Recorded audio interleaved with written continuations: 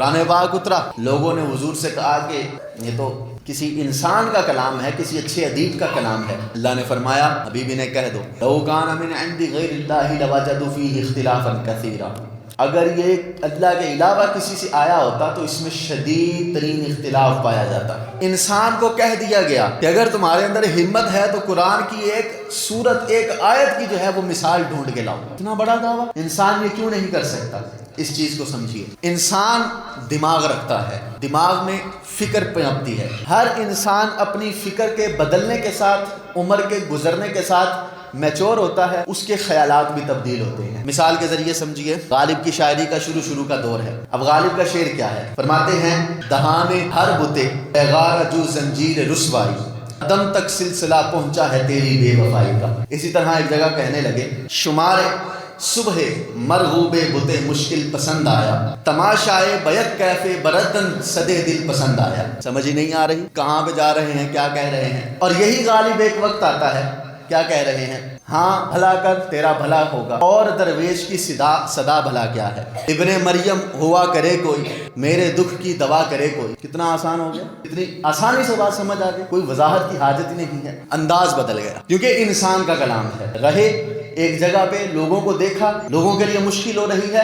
انداز میں تبدیلی آ گئی۔ اقبال کو دیکھ لیجئے، شروع میں کہنے لگے سلطانی جمہور کا آتا ہے زمانہ، جو نقش کہن تمہیں نظر آئے وہ مٹا دو۔ ایسی فکر ہے۔ اور پھر وقت بدلا تو کیا کہہ رہے ہیں کہ جمہوریت ایک طرز حکومت ہے جس میں بندوں کو گنا کرتے ہیں، تولا نہیں کرتے۔ فکر تبدیل ہو گئی کیونکہ انسان کا کلام ہے۔ اور قرآن پاک، اس کی فکر ہرگز تبدیل نہیں ہوئی۔ جیسے اقرا بسم ربک الذی خلق میں فکر آئی، انداز آیا، کمال آیا، لجاجت آئی، پسندیدگی آئی، معرفت آئی، حقیقت آئی، اسی طرح قرآن کی آخری آیت واتقوا یوما ترجعون میں اللہ نے کمال پیدا فرما دیا۔ کوئی تبدیلی نہیں۔ میں انسان کا کلام ہوتا تو وقت کے گزرنے کے ساتھ 23 سال لگ گئے، 23 سالوں میں اترا ہے۔ اتنے سالوں میں فکر تبدیل ہو جاتی ہے، ذہن تبدیل ہو جاتے ہیں، انداز بدل جاتے ہیں، لیکن یہ اپنے انداز پہ کھڑا ہے۔ پھر دوسری بات، اس کا کوئی مقابلہ نہیں کر سکتا۔ میں کیوں مقابلہ نہیں کر سکتا؟ اس کو بھی سمجھیے۔ اس لیے کہا گیا یہ عربی زبان میں اترا ہے، لہذا جس کی مادری زبان عربی نہیں ہے وہ شخص خود بخود اس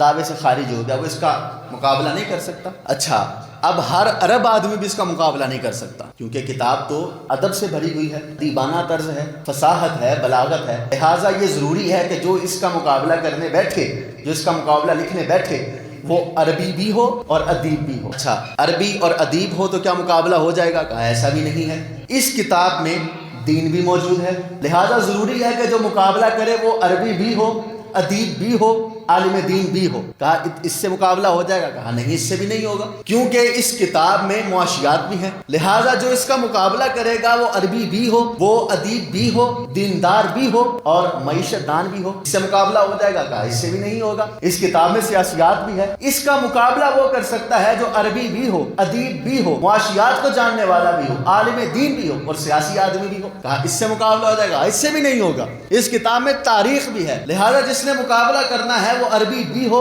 ادیب بھی ہو، عالم بھی ہو، معیشت دان بھی ہو، سیاست دان بھی ہو اور تاریخ دان بھی ہو۔ کہا اس سے مقابلہ ہو جائے گا؟ اس سے بھی نہیں ہوگا، اس میں تو فلسفہ بھی موجود ہے۔ اب یہاں سارے علوم جو قرآن میں بیان ہوئے ان کی آپ مثال لا لیں، ایک وقت کے لیے تسلیم کر لیں ہم نے کوئی ایسا شخص ڈھونڈ لیا جو عربی بھی ہے، ادیب بھی ہے، عالم بھی ہے، معیشت دان بھی ہے، سائنسدان بھی ہے، سیاست دان بھی ہے، تاریخ دان بھی ہے، فلسفی بھی ہے، منطقی بھی ہے، ہر طرح کا کمال رکھتا ہے، مقابلہ وہ پھر بھی نہیں کر سکتا، کیونکہ اس کتاب میں غیب کا علم بھی موجود ہے جو صرف اللہ کے لیے اور اللہ کے پیاروں کے لیے ہے۔ اب کہا گیا یہی وجہ ہے کہ حبیب نے کہہ دو فاتوا بسورۃ من مثلہ، جاؤ تمہیں اعلان کرتے ہیں، لے کر آؤ اس قرآن کے جیسی ایک سورت۔ اور یہاں پر بھی چیلنج بہت بڑا ہے، ہم کسی کو یہ چیلنج دے دیں کہ آؤ بیٹھ جاتے ہیں، مقابلہ کر لیتے ہیں، اس سے بھی بات بن جاتی ہے، لیکن ہم وہاں پر یہ ضرور کہتے ہیں کہ منصف جو ہوگا وہ ایک میری طرف سے ہوگا، ایک تمہاری طرف سے ہوگا، وہ فیصلہ کریں گے۔